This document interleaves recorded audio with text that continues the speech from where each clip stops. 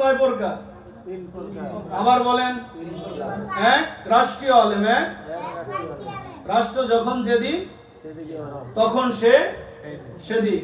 2, উম্মত যখন যেদিক তখন সে সেদিক। 3, এরা হল হক। এরা উম্মত কোথায় গেল, রাষ্ট্র কোথায় গেল একদিকও দেখবে না।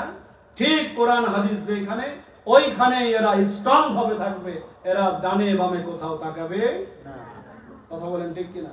সম্মানিত হাজিরিন, আজ আমরা খাস দিলে দোয়া করব। 3 বছর হয়ে গেল আজকে আমাদের বাংলাদেশের উজ্জ্বল নক্ষত্র,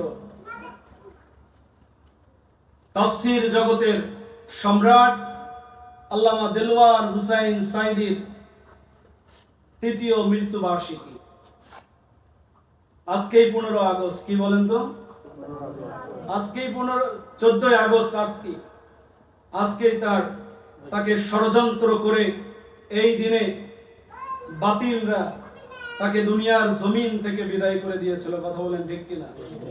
সম্মানিত হাজিরিন, খারাপ লাগে ঠিক ওই সময় আল্লামা সাঈদীর জানাজায় যারা বলল যে সাক্ষী দিয়েছিল আল্লামা সাঈদী রাজাকার, ঠিক ওই লোকটাই, হিন্দু লোকটা এসেই বলল আল্লামা সাঈদী রাজাকার ছিল না।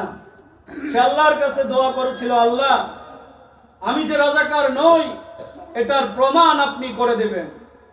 আল্লাহ রাব্বুল আলামিন তার জানাজায় সেই লোকটাকে আসার ব্যবস্থা করেছিলেন এবং সেটাকে প্রমাণ। এখনো কিছু মানুষ আল্লামাকে সাঈদীকে রাজাকার বলে, কি বলে না বলে? আল্লামা সাঈদী শুনে বলতে হয়, আল্লামা সাঈদী বলেছিলেন শুধুমাত্র হিন্দুস্তানের রাজাকাররাই তাকে রাজাকার বলতে পারে। কথা বলেন ঠিক কি? সম্মানিত হাজিরিন, ইনজেকশন পুশ করে লোকটাকে চিরবিদায় দিয়ে দিল। আজ পর্যন্ত বাংলার জমিনে এই রকম রত্ন একটা আমরা হারিয়ে ফেললাম, বিচার হয়।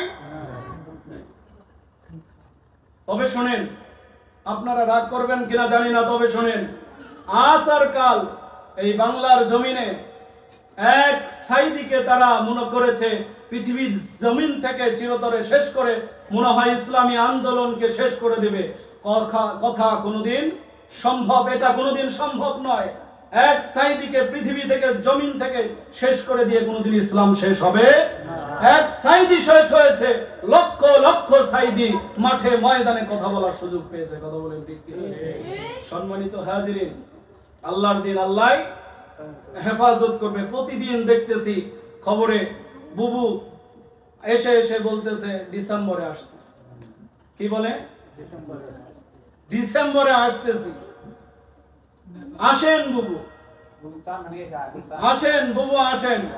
বাংলাদেশের জনসংখ্যা, বাংলাদেশের সাধারণ মানুষ আপনার জন্য অপেক্ষা করতেছে, আপনি আসেন, হিসাব এখনো বাকি। কথা বলেন ঠিক কিনা? আপনি ডিসেম্বরে কেন, এই মাসে আসেন। এই মাসে যত তাড়াতাড়ি আসবেন তত তাড়াতাড়ি হিসাব হয়ে যাবে। সম্মানিত হাজিরিন, এগুলো কথায় কান দেওয়া যাবে না। এগুলো কথা বলে আর মুসলমানদেরকে মাঝে মাঝে বিভ্রান্তকর পরিবেশের সৃষ্টি করে দেয়।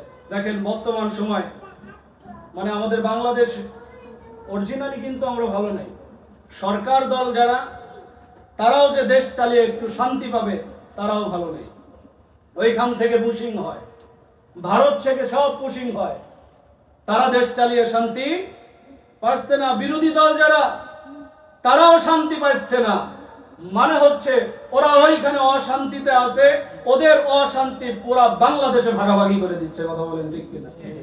সম্মানিত হাজিরিন, এই জন্য আমাদেরকে আরো স্ট্রং হতে হবে, আরো আমাদেরকে চালাক হতে হবে। যেভাবে হোক ওরা যদি আমাদের বাংলাদেশে আসে তাদেরকে আবার প্রতিহত করতে হবে ইনশাআল্লাহ। আসসালামু আলাইকুম ওয়া রাহমাতুল্লাহ।